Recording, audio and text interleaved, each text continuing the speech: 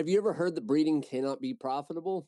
Well, that's the lie that keeps ethical breeders broke. Let's talk about that. The lie is simple that ethical breeding can't be profitable. Now, on the surface, that sounds noble, it sounds humble, even sounds moral, but it has done some real damage to this industry. Because the moment that a breeder believes profit and ethics are in conflict, they start undercharging. And when they undercharge, one of two things happens: either they burn out or their standards eventually fall to match their prices. So, before we talk about cost, pricing, or profit, we need to answer one question first. What does ethical actually mean? If we're going to answer the question whether ethical breeding can be profitable, then we need to define ethical first, because people that use that word loosely, sometimes they mean legal, sometimes they mean emotional, sometimes they just use it to mean cheap. But that's not what ethical means. Ethical means doing what is right, what is honorable, what is fair. It means making decisions with honesty and integrity and with respect for the people and the dogs affected by those decisions. So, for the sake of this conversation, I want to simplify it. To be ethical is to be fair and honest. That's important because once we strip away the emotion, the real question becomes really simple. Can a breeder be fair and honest and still make more money than they spend? And that brings us to profit. Profit is simple. Profit is revenue minus cost. That's it. So once we define ethical as being fair and honest, the real question becomes, can a breeder be fair and honest and still make more than they spend? Because that's all profit is. Not greed, not exploitation, not some dirty word people in the dog world get uncomfortable with. Just this: did you make more than you spent? And to answer that question honestly, we have to compare two things. First, what it actually costs to breed ethically, and second, what we actually sell our puppies for.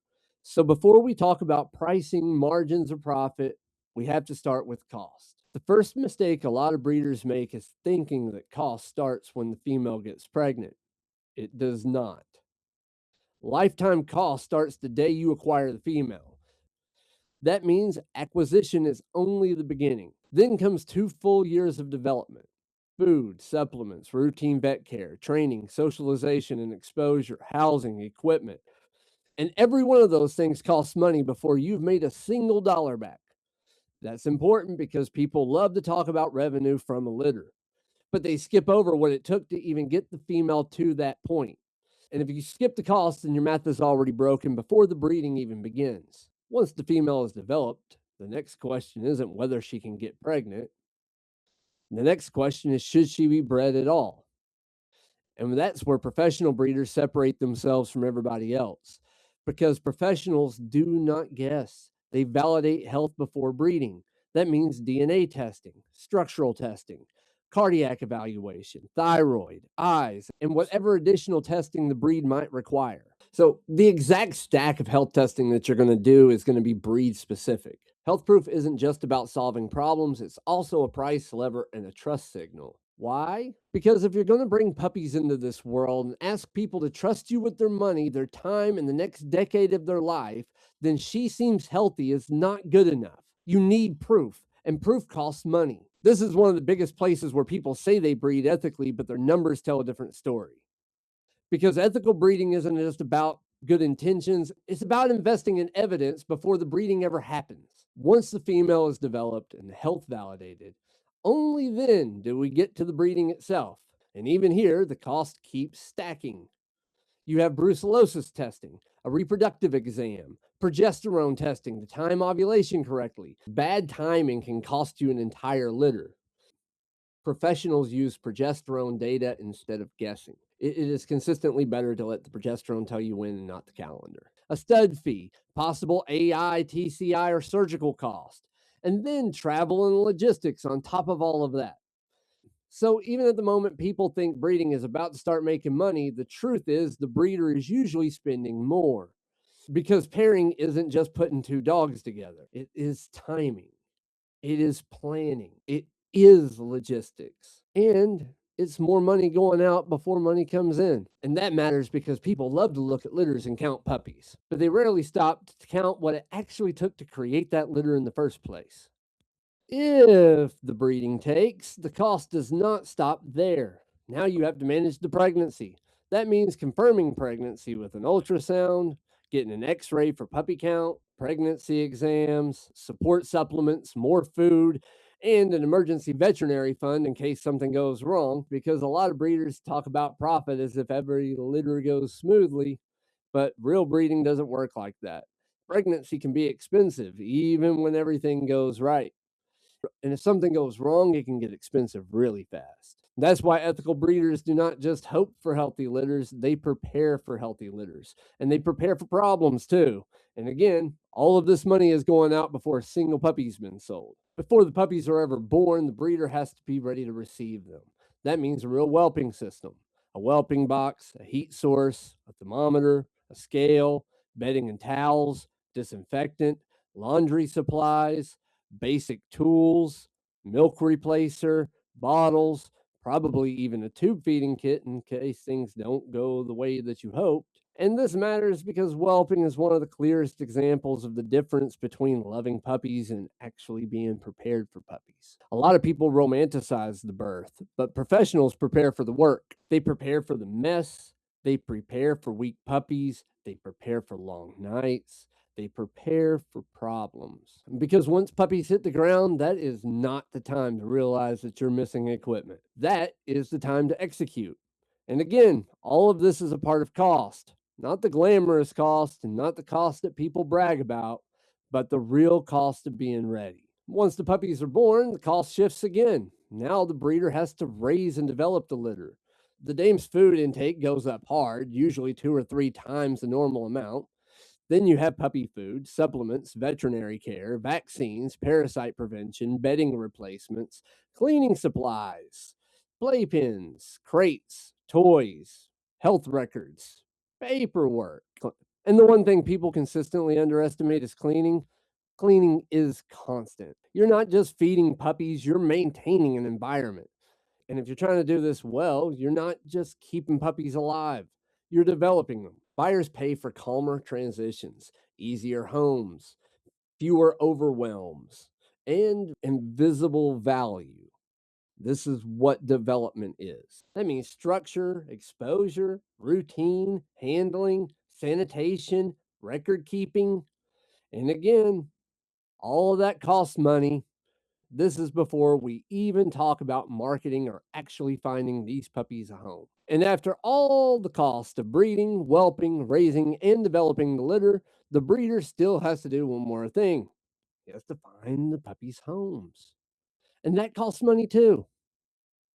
A website, a logo, a domain, hosting, content, photography, videography, editing software, ads, SEO, social media, contracts, legal review, health guarantees, registration, microchips, health certificates, travel logistics, because puppies do not place themselves. And serious breeders do not just need buyers, they need the right buyers. That means marketing, that means presentation, that means systems, paperwork. So when people look at a puppy price and act like the breeder is just pocketing cash, what they usually do not see is the full business behind the puppy. They see the puppy, they do not see the machine.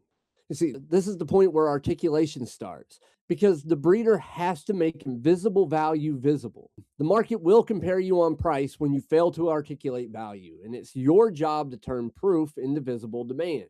So now let's stop speaking in theory and look at a real example. Meet Stan. Stan is not a villain. He's a breeder with ethical intent but weak business structure. Let's work through his numbers.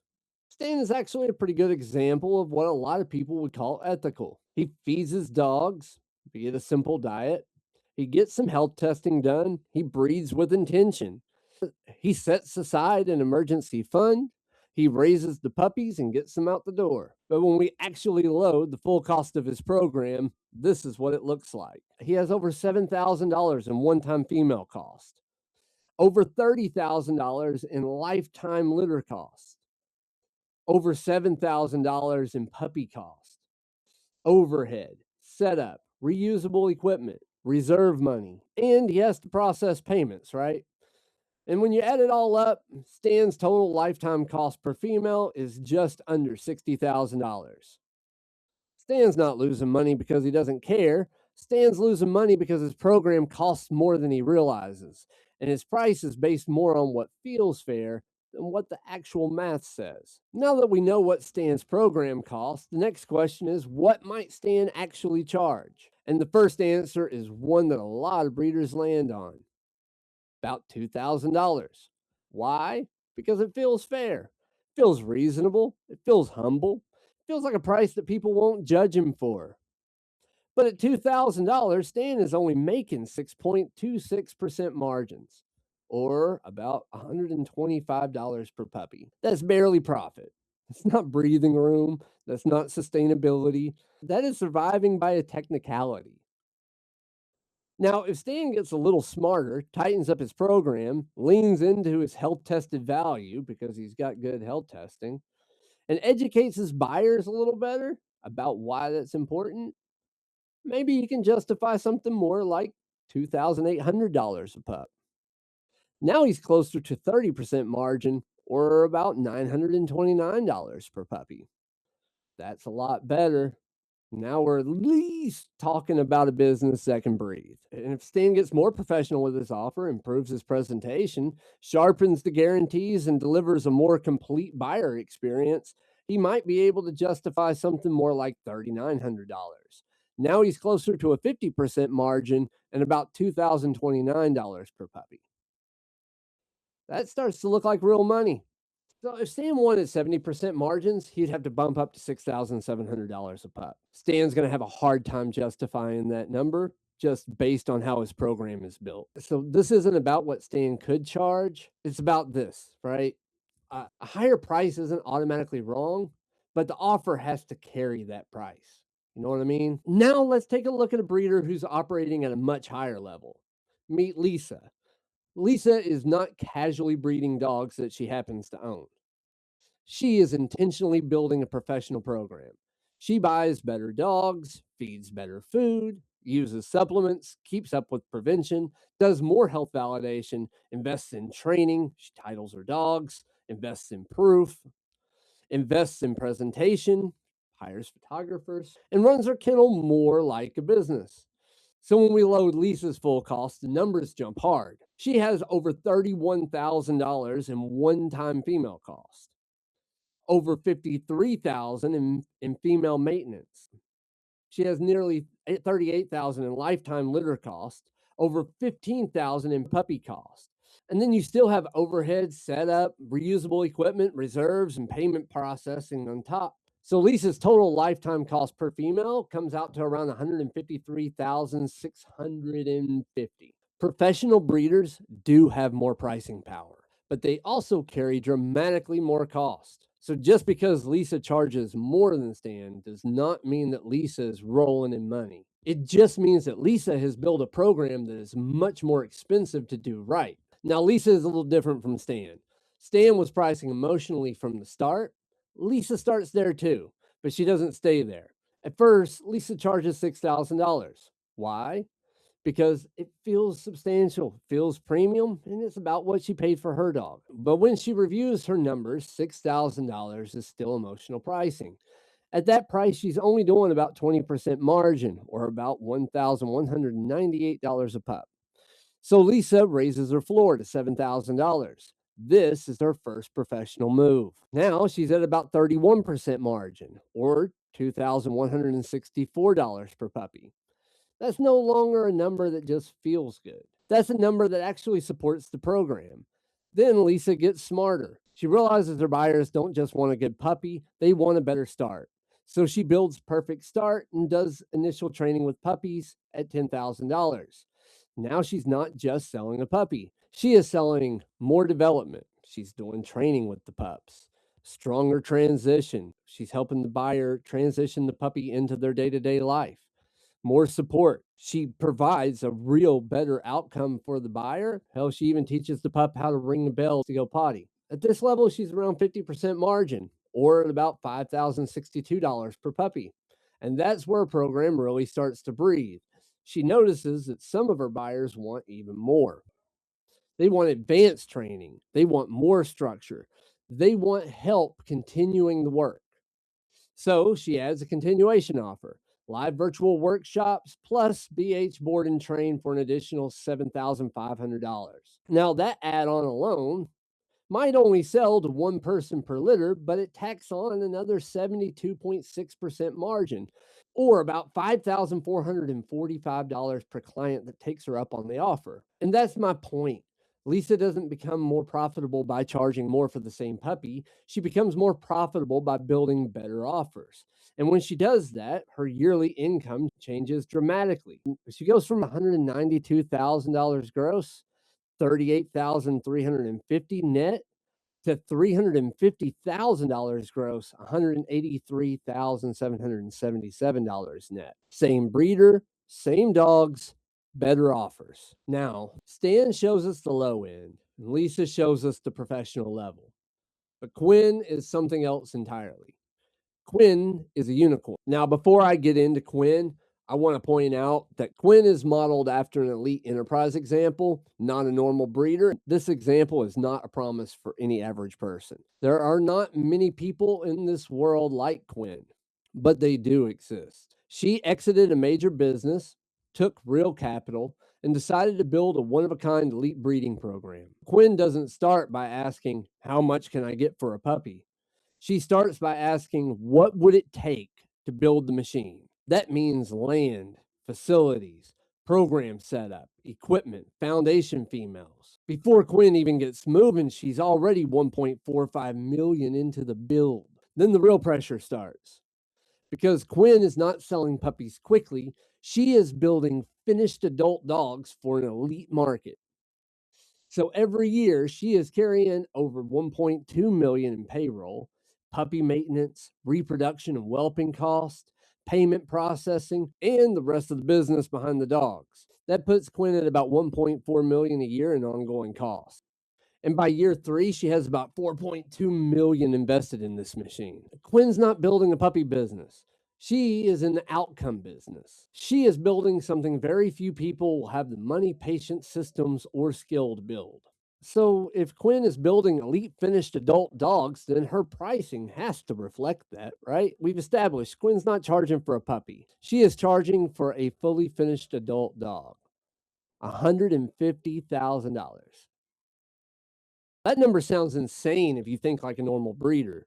But she has years of development in the dog, a full staff behind the dog, a ranch, facility, system, selection, training, and a client who is not buying a puppy. They are buying a service and the result. At that level, Quinn can do about 3.3 million per year in revenue. Across their core dogs, that's about 13.2 million in lifetime revenue. Against that, she still has about 11.29 million in lifetime cost. So even at Quinn's level, this isn't magic. It's still expensive. But even after all that, Quinn clears about 1.9 million in lifetime profit on the core dogs. And then the second generation changes everything. Because once the machine is built, the next generation doesn't have to absorb the same startup drag. That drops the second generation cost to about 9.84 million and raises the second generation profit to about 3.36 million. And and she's doing all of that while keeping herself on payroll as CEO. 170,000 a year. And that matters because Quinn's not starving for 7 years hoping it works. The business is paying her while she builds it. The first generation builds the machine, and the second generation starts printing real profits. Dan shows what happens when ethics exist without enough structure. Lisa shows what happens when a breeder becomes professional and builds better offers. Quinn shows that the ceiling is real, but so is the cost of reaching it. So now we can go back to the original question. Can ethical dog breeding be profitable? Yes, absolutely. But ethics alone do not create the profits. Profit comes when a breeder can select a dog with purpose, can oversee a dog with discipline, shape the puppy's indivisible value, and articulate that value so the market understands it. And that's the difference between loving dogs and building a life through dogs. And that's what dog money is really about. Not greed, not shortcuts, not hype. Just profit made possible by dogs. If you're still here, you're probably the type of breeder that knows that there has got to be a better way to do this. If you're a dog breeder or you're considering becoming a dog breeder and you want structure, clarity, and a real path to profitability, then click the link in the description and join Dog Money. I'll see you there.